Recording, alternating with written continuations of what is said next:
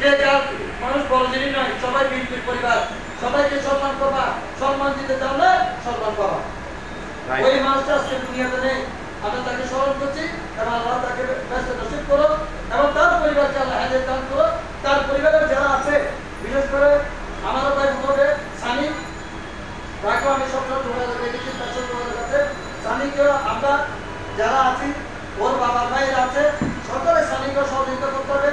সানিকে আগামীতে ভালো একটা পর্যায়ে নেওয়ার জন্য সবাইকে সহযোগিতা করতে হবে এবং সংশোধকের পরিবারের যে অবদান রয়েছে সেই অবদান সামনে আমরা সবাই কর্মীরা তুলে ধরবো এবং সামনে যে যুবদল কমিটি হবে সকলকে যেন এই ত্যাগী যারা আছে তৃণমূল থেকে তাদেরকে যেন মূল্যায়ন করা হয়, যোগ্যতা অনুযায়ী যেন মূল্যায়ন করা হয়।